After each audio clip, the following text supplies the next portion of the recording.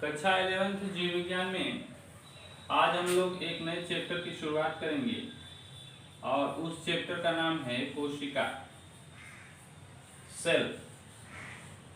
बड़ा अच्छा चैप्टर है और यहाँ पर हम लोग कोशिका के विषय में चर्चा करेंगे। और आप लोग पिछली क्लास में सेल के विषय में पढ़कर आए होंगे, 9th 10th में सेल के विषय में पढ़ के आए होंगे, तो आप जानते हैं कि कोशिका क्या है। एक लाइन की परिभाषा सभी लोग जानते हो, कोशिका जीव की संरचनात्मक, क्रियात्मक, कोशिका जीव की संरचनात्मक एवं क्रियात्मक इकाई है। कोशिका जीव की संरचनात्मक और क्रियात्मक इकाई है। दो वर्ड यहाँ पर, संरचनात्मक और क्रियात्मक इकाई है। अर्थात यहाँ पर हम लोग कह सकते हैं, अर्थात जीव की, अर्थात कोशिका के अंदर ही जीवन की सारी, कोशिका के अंदर ही जीवन की सारी प्रक्रिया संपन्न होती है। तो हम कह सकते हैं कि कोशिका ही जीव को संचालित करने वाली इकाई होती है। तो यहाँ पर कोशिका जीव की संरचनात्मक एवं क्रियात्मक इकाई है, अर्थात कोशिका के अंदर ही जीवन की सारी प्रक्रियाएं संपन्न होती है। तो कोशिका की खोज 1905 में रॉबर्ट हुक नामक वैज्ञानिक ने किया था। रॉबर्ट हुक 1905 है, 1965। ये सन क्लियर नहीं है तो आप देख लीजिएगा आप लोग। रॉबर्ट हुक ने कोशिका की खोज किया था। तो कोशिका जीव की संरचनात्मक एवं क्रियात्मक इकाई होती है। संरचनात्मक का मतलब आप जान लीजिए, संरचनात्मक का मतलब कि कोशिकाओं के द्वारा ही किसी भी जीव को एक संरचना प्रदान होती है। दिखता कैसे है वह संरचनात्मक हो गया। दूसरा क्रियात्मक की अगर हम बात करें, तो संरचनात्मक और क्रियात्मक की अगर हम लोग बात करें, तो क्रियात्मक का मतलब जितनी भी क्रियाएं हो रही हैं, जैसे पाचन तंत्र, श्वसन तंत्र, उत्सर्जन तंत्र, ये सब क्रियात्मक है, कार्य किया जाता है इस तंत्र में। तो यहाँ पर एक संरचना देने वाली इकाई हो गई और एक क्रिया करने वाली, तो इसलिए इसको कहा जाता है कि जीव कोशिका जीव की संरचनात्मक और क्रियात्मक इकाई है। तो जीव की संरचनात्मक और क्रियात्मक इकाई को कोशिका कहते हैं और कोशिका के अंदर ही जीवन की सारी प्रक्रियाएं संपन्न होती है। और एक नंबर का क्वेश्चन आता है, कोशिका की खोज रॉबर्ट हुक ने किया था। अब देख लेते हैं रॉबर्ट हुक ने कैसे किया था। कोशिका की खोज, कोशिका की परिभाषा हम लोग देखे हैं। कोशिका की खोज, डिस्कवरी ऑफ सेल, कोशिका की खोज। रॉबर्ट हुक नामक जो वैज्ञानिक थे, रॉबर्ट हुक ने कोशिका की खोज किया। उनके अनुसार हुआ क्या, उन्होंने एक कार्क का टुकड़ा लिया और कार्क के टुकड़े को अनुप्रस्थ कांटों में काटा। ट्रांसवर्स सेक्शन इसको कहते हैं, अनुप्रस्थ काट। अनुप्रस्थ काट का मतलब कि ये कार्क का टुकड़ा है, कार्क का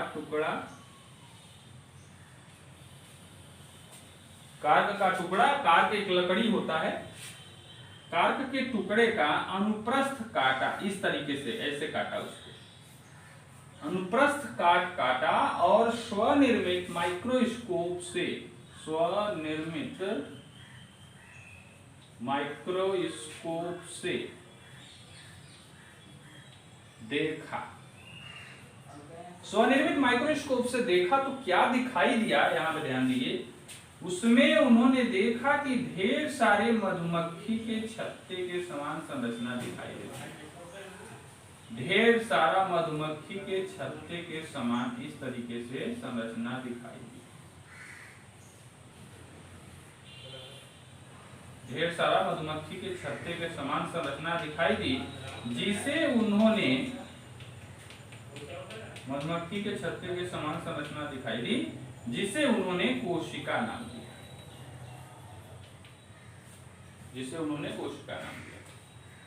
तो रॉबर्ट हुक नामक वैज्ञानिक ने कार्क का टुकड़ा लेकर उसकी अनुप्रस्थ काट इस तरीके से उन्होंने काटा, और काटने के बाद स्वनिर्मित माइक्रोस्कोप से देखने पर उसने देखा कि मधुमक्खी के छत्ते के समान ढेर सारी संरचनाएं दिखाई देती हैं, और यह जो मधुमक्खी के छत्ते के समान जो संरचना दिखाई दे रही है वह एक हेक्सागोनल स्ट्रक्चर है। इस तरीके की संरचना उन्होंने हेक्सागोनल स्ट्रक्चर, इस तरीके की संरचना, और उसके बीच में एक केंद्र है, तो इसको हम लोग कह सकते हैं केंद्रक, और इसके अंदर एक द्रव्य पाया जाता है जिसको कहा जाता है कोशिका द्रव्य, और इसके बाहरी जो दीवार है उसको कहते हैं कोशिका भित्ति।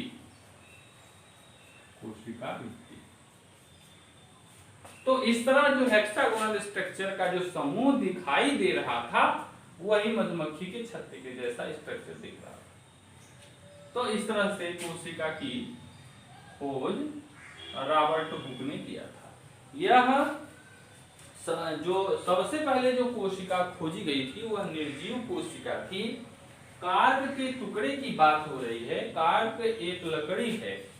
लकड़ी के टुकड़े को उन्होंने अनुप्रस्थ काट में काटा, और काटने पर अपने स्वनिर्मित माइक्रोस्कोप से देखने पर ढेर सारे मधुमक्खी के छत्ते के समान संरचना दिखाई दी, जिसे उन्होंने कोशिका का नाम दिया, और उसका विस्तृत अध्ययन करने पर पाया कि जो मधुमक्खी के छत्ते की जो समान संरचना दिख रही है, मधुमक्खी के छत्ते के समान जो संरचना दिख रही है, वह संरचना जो है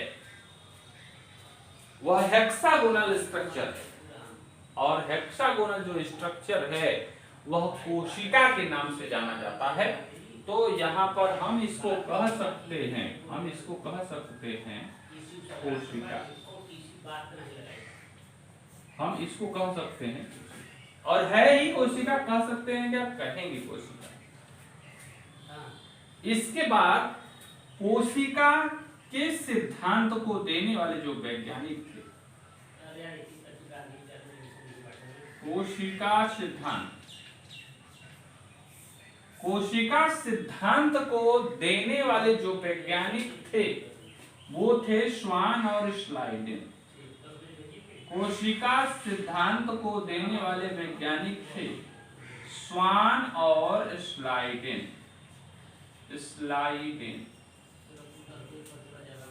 एक नंबर का क्वेश्चन आता है, कोशिका सिद्धांत को देने वाले वैज्ञानिक कौन थे?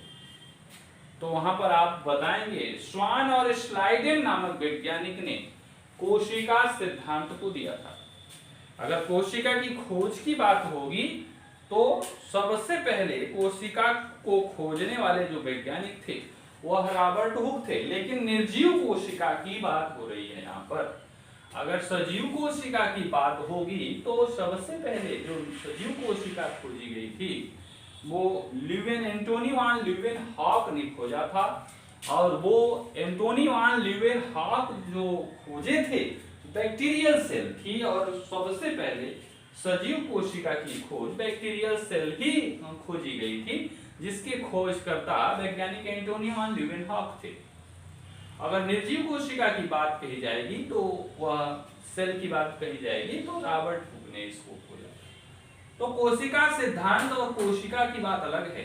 अब कोशिका के मुख्य 3 ही भाग होते हैं। एक होता है केंद्रक, यहाँ डायग्राम में आप देख रहे हैं, centre part of the nucleus, तो ये आपका कहलाता है सेल का सेंटर पार्ट, ये न्यूक्लियस कहलाता है। इसके अंदर इस हेक्सागोनल स्ट्रक्चर के अंदर एक प्रकार का लिक्विड, एक प्रकार का द्रव्य भरा होता है जिसको हम लोग कोशिका द्रव्य कहते हैं। और यह एक संरचना प्रदान करता है, तो एक बाहरी दीवार या बाहरी भित्ति प्रदान करता है, तो जिसको हम लोग कोशिका भित्ति के नाम से जानते हैं। अब कोशिका सिद्धांत को अगर बात कही जाए, कोशिका सिद्धांत की अगर बात कही जाएगी तो आप कहेंगे कोशिका सिद्धांत को देने वाले जो वैज्ञानिक थे वह श्वान और स्लाइडेन नामक वैज्ञानिक थे। और उन्होंने कोशिका सिद्धांत में क्या दिया इसको हम लोग देख लेते हैं। कोशिका सिद्धांत ने बताया कोशिका जीव की संरचनात्मक एवं क्रियात्मक इकाई है। कोशिका जीव की संरचनात्मक एवं क्रियात्मक इकाई। कोशिका सिद्धांत में कोशिका जीव की संरचनात्मक एवं क्रियात्मक इकाई है। और दूसरा पॉइंट इन्होंने बताया कि कोशिका के अंदर ही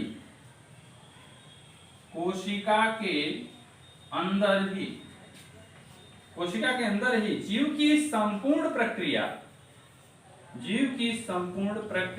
कोशिका के अंदर ही जीव की संपूर्ण प्रक्रिया संपन्न होती है। कोशिका के अंदर जीव की संपूर्ण प्रक्रिया संपन्न होती है। तो ये सिद्धांत जो दिया था इन्होंने श्वान और स्लाइडेन नामक वैज्ञानिकों ने दिया था। तो कोशिका की बात हो रही है, कोशिका सिद्धांत की बात हो रही है।